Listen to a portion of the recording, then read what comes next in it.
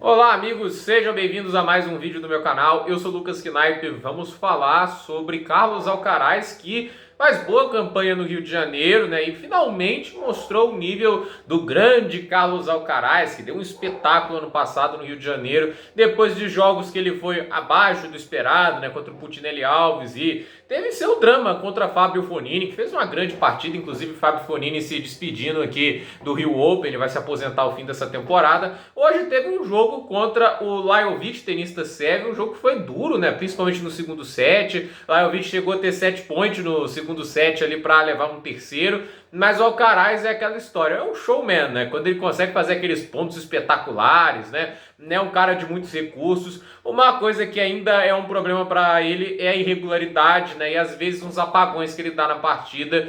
E assim, né? Eu não acho que vai ser um problema tanto para esse torneio, né? Porque vai enfrentar quem? O Baez ou o Jarry na próxima rodada? O Jarry é um tenista interessante, mas são tenistas que, a meu ver, assim, não sei se vão tirar tanto o Alcaraz da zona de conforto. E o Cameron Norrie, né, por mais que ele tenha vencido do Alcaraz lá em Cincinnati na última temporada, né, eu também não vejo o Cameron Norrie como um cara que vai tirar o Alcaraz também do sério, porque foi uma atuação mágica do Norrie e um Alcaraz que naquele momento estava repetindo muitos erros de se afobar demais. Isso é um problema que ele ainda comete, mas hoje, né, ele estava mais calibrado, né, a gente viu os ataques dele entrando mais, e o jogo rende muito também, porque o Lajovic jogou muito bem, e o Lajovic entendeu muito bem como o jogo devia funcionar, né, o seu cara com a paralela tenta jogar ele para um ângulo, né, ele é bom bater em movimento, mas às vezes ele tenta definir o ponto antes da hora, dá alguns pontinhos de graça, e é nisso que a partida acabou rendendo bastante, mas é aquela história, né? O jogo tava num ponto ali que podia ir para um terceiro set perigoso, porque, assim, até o momento, a gente tem que parar para pensar que o Lajovic chegou a estar na frente dos dois sets, né?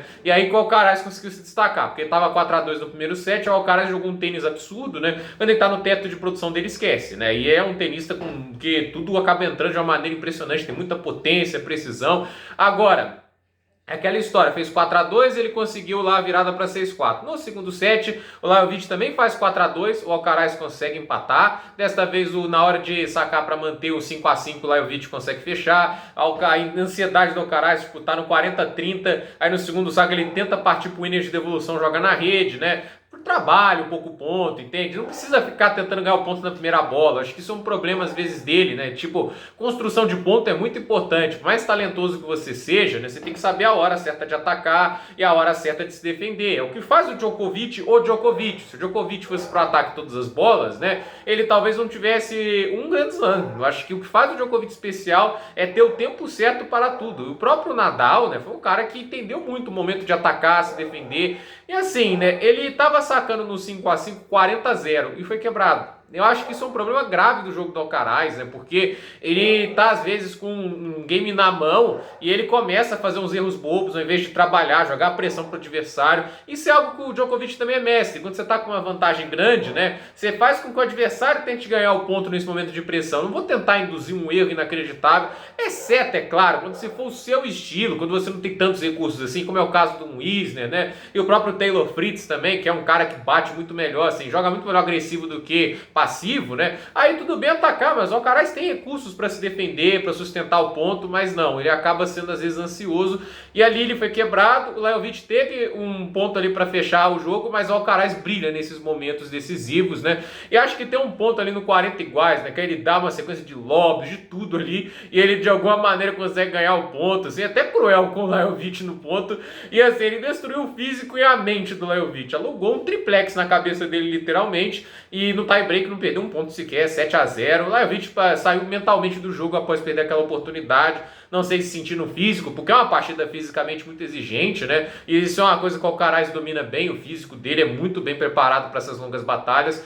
ele acaba vencendo 6-4, 7-6, né? Para mim foi a melhor atuação dele no torneio. Contra o Fognini ele jogou mal, errou muitas bolas, né? Ele obviamente quando precisou crescer o nível ele conseguiu, mas é aquela história, eu acho que o Fognini sentiu muito o pé no segundo set, né? Se tivesse mantido o nível do primeiro set, talvez ele ganhava o jogo, né? Mas parece que ele sentiu fisicamente. O Pucinelli Alves é um tenista que não tá nem no top 500, você tem ideia. Então, assim, o fato do Alcaraz ter tido dificuldades naquele jogo, né, não ter conseguido fechar o jogo tão cedo, para mim foi ruim, porque não era um jogo que estava exigindo tanto assim do espanhol. Então, é aquela história, né? Quer voltar ao número 1 do mundo, se ganha esse torneio, empata com Djokovic, mas não assume o primeiro lugar, porque o critério de desempate é pontos em Grand Slam e pontos no ATP Finals, e nisso o Djokovic leva vantagem. Então, assim, o Alcaraz, ele consegue, ao meu ver, ter um jogo que ele funcionou melhor na estratégia que ele mais gosta, de ditar o ritmo dos pontos, mas ele ainda dá essas osciladas que talvez uma hora o oponente não perdoa, né? Por isso que ele tem algumas derrotas assim que você fica assim, cara, como é que ele perdeu esse jogo? Tipo,